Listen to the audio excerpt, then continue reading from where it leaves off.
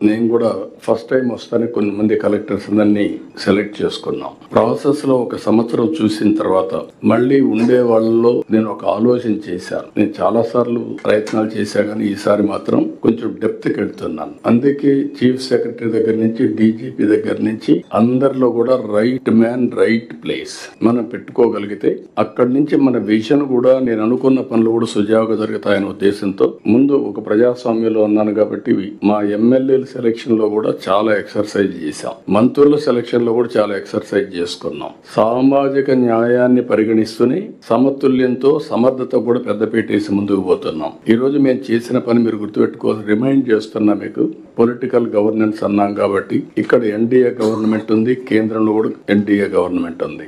Double engine సర్కార్, double digit growth. Highest growth rate 10.5% first quarter లో వచ్చాం. కానీ మన ఎయిమ్ అయితే ఇంకా ఎక్కువ ఉంది, అయ్యి ఉంది. లాస్ట్ ఇయర్ 12% గ్రో అయ్యాం. 2047 వరకు 15% గ్రో కావాలని మన ఆలోచన.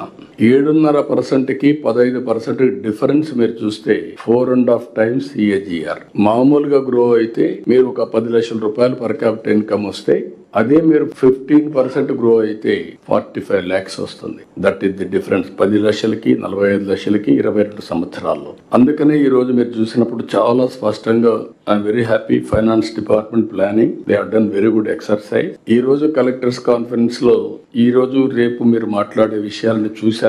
అన్ని నేనే ప్రిపేర్ చేయమన్నాను, ప్రిపేర్ చేశారు. మొన్న సాయంత్రం మేము ప్రిలిమినరీ ఎక్సర్సైజ్ కూడా మినిస్టర్స్, ఇంపార్టెంట్ సెక్రటరీస్ కూర్చొని తయారు చేశాం. ఎవ్రీ మినిట్ మీనింగ్ఫుల్ గా ఉండాలి.